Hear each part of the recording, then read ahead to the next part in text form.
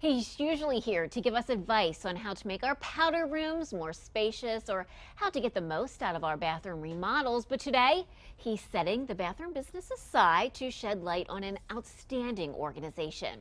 Rebath and Moore's president Jon Witmer is here to talk to us about Bridge of Hope.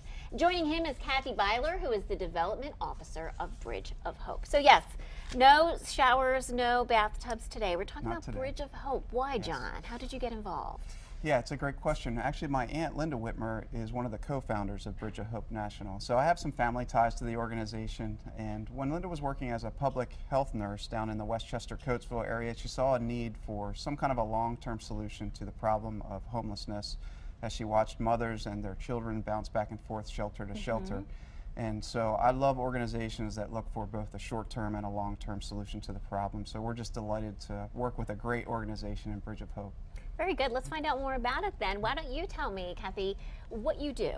Well, Bridge of Hope is a 12 to 24 month program, and the program combines a professional social worker with a local Christian church who becomes a friend and support system for a homeless mom.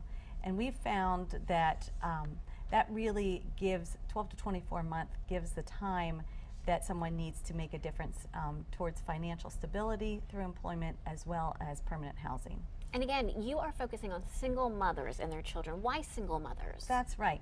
Well, single mothers are just very vulnerable financially because one life crisis can really start the slippery slope.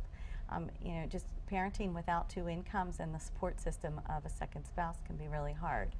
So we found that also homelessness is increasing among children instead of decreasing despite a better economy. Ugh. So it's really an important population.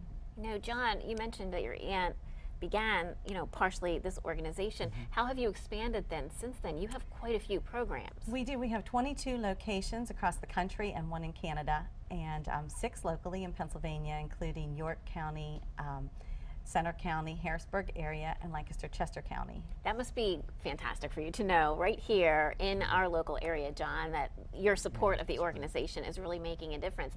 And so you have a big gala coming up, and it's going to be held locally, and folks can be part of that. We do. It's held at Doubletree in Lancaster in beautiful Palm Court, and it's very special. We have speaker Sarah Thabarge, who is going to be talking about her book, Invisible Girls.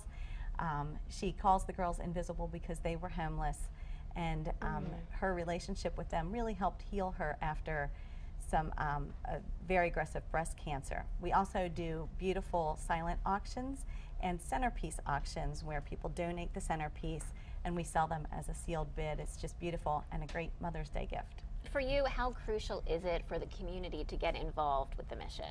Well, it's very crucial because we rely on Christian churches to create a mentoring group, and also we just really appreciate the support of the community through fundraising. So the Gala is very important to us as we reach out both locally and nationally. And it sounds like a really fun and enjoyable event too. It is. It is on May 8th. It's 10:30 to 1:30, so it doesn't take your whole day, but it's a beautiful event and very, very creative and inspiring too. Well, thanks for sharing this with us today, John. Thanks for your support of the organization. Now, don't go anywhere, John, okay? Because I'm going to segue to you in just a minute.